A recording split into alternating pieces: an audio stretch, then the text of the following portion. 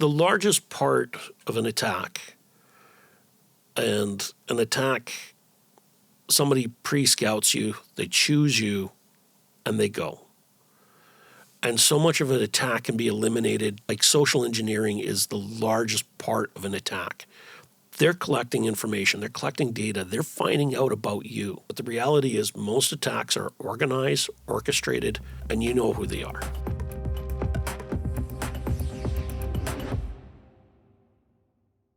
So welcome to the Learn Online Security podcast. And today we are here with Chris Howells. How are you doing, Chris? I'm good. You got me here. Now what do you want? So today, want to interview you, want to learn a little bit more about you and find out why exactly you got into this business. Okay.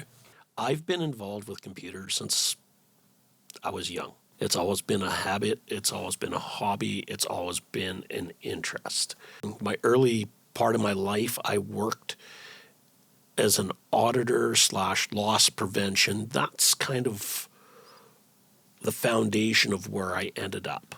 I combined both into one occupation. And that's where we've ended up today. And out of that occupation, Richard and I created Learn Online Security. So my understanding from talking with Richard is this is a little bit personal. This isn't just to make money. This isn't just to get a business off the ground. There's a deeper purpose in starting up this business. In the early 2000s, I actually had my identity stolen. Former employer, they followed the rules. They did exactly what they were supposed to. They were supposed to hold on to my personal information for 7 years in a locked away vault. And they had a disgruntled former employee, walk through that particular vault and grab 7 files, and I just happened to be amongst them. As we move forward in life, I went through, and I've detailed that in previous videos, I didn't want anybody else to go through that. And as my occupations merged, I was raising a daughter, I didn't want her to go through that. So it became, I want this to stop. And so when you say you want it to stop, so you don't just mean personally, you don't just mean for your daughter, for your family. You're talking about a bigger picture, like a community. A community, nothing causes me greater pain than when the phone rings and on the end of it is a client of ours. Not a current client, but a new client. And the phone rings and it says, I'm going to introduce you to Chris. He's our director of IT. He will help you through this. And then I get the story. Somebody got into my bank account. They tried to do a wire transfer to Mexico. Now they're in my computer. I lost my crop payment and I need to get this fixed. My daughter's friends will phone me up and say, yeah, I kind of went here and I went shopping here and now they got my credit card information. How do I stop it? While it keeps me employed, those kind of stories hit home every single time. And it becomes difficult as I'm listening to those stories. Because it takes a personal level of me saying, no, this can't happen. This has to stop. And so learnonlinesecurity.com, is it fair to say that this is more of a preventative take on the business? You're talking about clients calling and you've seen so much devastation. The largest part of an attack, and an attack, somebody pre-scouts you, they choose you, and they go. And so much of an attack can be eliminated just by, like social engineering is the largest part of an attack. They're collecting information, they're collecting data, they're finding out about you. Hollywood would have us believe that somebody is sitting at a computer in their basement, tapping away, and they randomly come across your computer and they decide to go at it. There's a little bit of truth to it. There are guys that do nothing but randomly go looking for open software, open this, and they've got nothing but time on their hands. But the reality is most attacks are organized, orchestrated, and you know who they are. 80% is that number. So the attacks, you're calling them attacks. Yeah. These are coming from people that we've had interactions with physically, over the phone. Of the 80%, when they break that number down, they say you have physically touched the person that has attacked you in 75% of the cases. Of that 80%, 75%, you have physically touched the individual. A handshake, a hug, accidentally bumped into them. They know who you are. They know you implicitly. So it may not be a relative directly. It may not even be a friend directly, but it could be a friend of a friend. So an example I'll use is your offspring. They have a new significant other. That individual comes into your life. That significant other collects information on you and decides, yeah, I can do this. And they suddenly have access to your stuff. And then they vanish out of your lives. It's opportunity. The attacks are organized. I've talked about other organized attacks in the past where individuals targets an organization. They sit there, they watch an organization, they target it. And all of a sudden, the receptionist has a new boyfriend. There's an instance in one major city in Canada where they caught an attacker. He was dating 3 women at 3 different data centers at the exact same time. And when they finally caught him, it's because he entered an area that he didn't belong in, and a security guard just happened to be attentive enough to stop it because it was a new security guard. Not an old security guard, but a new security guard. The old security guards knew he was dating the girl, and they just let him go to the back. This one's like, yeah, no, I don't know who you are. That is how social engineering works. Familiarity, comfort. We have a lot of, I would say, people probably watching now, people like me. I wouldn't say that I'm super techie. I know some things, maybe more than some people, but definitely not as much as you or Richard. When we look at something like this, we don't realize, I think, just how the things that we do day to day, our interactions, how they could be impacting us technologically. And you and I had talked a little bit about my phone. And Yes. What did you ask me? Said, how often do people see you working with your phone? So I'm on my phone a lot.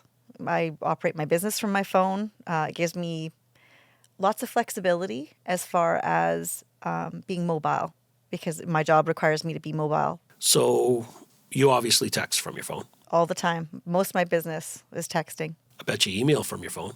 Yes, I do. Everything I can, I do from my phone. There you go. I didn't want to ask the Everything next that question. I can. Yeah. So if I took your phone away from you, how lost would you be? Well, I've had my phone crash on me once, and it's pretty significant because It's significant. It's very significant. And the thing is, we've been pushed to push our life into digital versus analog.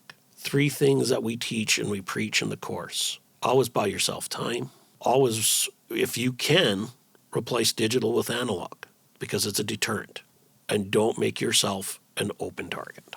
Walking around with your phone like this makes you an open target. Responding during the courses, we discuss about responding to emails from your phone. We highly, highly discourage it on multiple levels. The biggest level that we graze over is you're denying yourself time for making an educated response. So you're pressured. The plumbing blew up in the house. You get an email. Well, hire this plumber. You notice you didn't ask what plumbing blew up in the house. I mean, for all you know, the plumbing blew up in the house. I tried to drain the sink, but I actually have nothing but hamburger fat down in there, right? Do you need the plumber for that? No, I can hit it with Drano. Your response was, what's not working in the plumbing? Your response was, get a plumber. Somebody sends you an email about a bill. Well, I got the money. I'm going to pay this right away. Did you stop and check where the bill came from? One of the biggest hacks in the area that we live in was an electrical company got attacked. Somebody turned around and issued $90,000. Your bill was short by $10. You're subject to disconnection. You wouldn't think about putting $10 to make sure you weren't disconnected. You just, done. I remember when I got that notification, I looked at my wife and I'm like, what are we talking about here? And she says, 2 minutes later, she got the same notification. And we started looking at it, and I broke it down very quickly, And we found out that whoever copied it and created this did a really good job because you had to know what you were looking for. But we contacted our friends, right? So to put numbers behind this, we'll round it up to it was 100,000 people. Of our friends, the conversion rate on it was 80%. And of the 80%, the two people besides ourselves that hadn't done it, one of them was just in the middle of paying their bill. So that number was around 90, but we'll still go at 80%. 100,000 times $9 is $900,000. It's $1 million pulled out of the community. You don't even think about it. You live on your phone. We always teach about having time. Why don't you respond to it? You can look at an email from your phone. You can respond to that email from your phone. I'm on the road right now. I'm currently unavailable. During the course, we teach people to reevaluate how they work with email. We teach people to reevaluate how they work with texts. There's a lot of technology that tells you that it requires an instant response, but it really doesn't. Well, we're in a right now society. We are. Say over the last 2 to 5 years, how would you say that has maybe escalated or that has changed? Because I know that just myself, I feel a lot more pressured. We can do a lot more quickly, I think, as far as business goes, because we're told and we're to be available, right? So there's a few things there. So you've taken away 4 parts of your life, right? Before, when you used to get up in the morning, go to work. And that time at work was work. And when you came home, that time was for you and your family. Digitally, that has become blurred. Mm-hmm. There is no start, there is no stop. So that's the first thing. The second thing, when we talk about this with emails, is at the end of the 80s, the early 90s, if you stuck a letter in the mail, it took 2 days to get there, if it got there. When email came out, it was supposed to be a way to improve mail service, but it wasn't supposed to be, I need a response now. It was a way to communicate, not complex, but short. Can you reply to this? And it was meant to be used within organizations. It wasn't even meant to be really used outside of organizations. But as people became more adept at using it, well, I got an email, I got to respond now. Reality is, if I put that same message in a letter, it's going to take 2 days to get there. A text was meant as a way of informing somebody of something that it was important, but it wasn't important. It wasn't pressing. Like a Post-it note. Like a Post-it note to somebody. I will ask you, how long does a text live on your phone before you respond? Well, I have business, and so for me, I am on call, so I think it's a little bit different in my line of work. Okay. But generally speaking, yeah, it's a lot more instant, I think, than you're talking about, because people get upset, right? They get upset. They get irritated. They get irritated. Because never mind if it's now. business. Yeah, business even more so, because they're paying you, so they want to know that you've responded. Even if you just respond and say, I can't answer, I'm driving, but you just let them know that you've gotten the message within a reasonable amount of time, which I would say is under an hour. We did a test once. Not at Learn Online Security. It was something that we did in our own home. My daughter, fastest 2 thumbs in the Western Hemisphere, period. I picked up a phone and I phoned somebody, and they were texting one of their friends. It was the same communication. It was an invite to a family event. I was on and off the phone in 30 seconds. You coming? Yeah, great. See you there. Took her 2 minutes of texting back and forth for that information to fly. Mm-hmm. Now, the advantage to what she was doing is it wasn't hypocritical, are you going to be there or not? That's the advantage to the text. But if something is important, they will pick up a phone. They will phone you. How many times do you get a phone call? You know the matter is urgent. You will pick it up. So one of the things we do at Learn Online Security is we teach you to buy yourself time. An email, if I respond to it within a day, is acceptable. A text, if I respond to it within 4 hours, is acceptable, because if it was really, really that important, they would have picked up the phone and they would have phoned me, and there would be no confusion in how important the text was or wasn't. There's no area for gray implicit. Did somebody hurt my feelings? Did I get this? Did I get that? There's no room for it. The phone call comes through. And now they've got emojis and all this for texting, but the reality is when you talk to somebody, you can hear the tone in their voice. You can hear the tone. You can hear the urgency or lack of urgency. Yeah. You're able to assess if you know the individual or don't know the individual. But this is the big thing with technology, is it's taken away our ability to choose what's important and what isn't. That's probably the biggest place where we need to start and change our lives. Well, sounds pretty important to slow down a bit. That's the one thing I'm going to take away from this. So we are now going to our subscriber part of the show, which we call Our Heroes. You can click on the link below, and we're going to be discussing the MGM Grand cyber attack.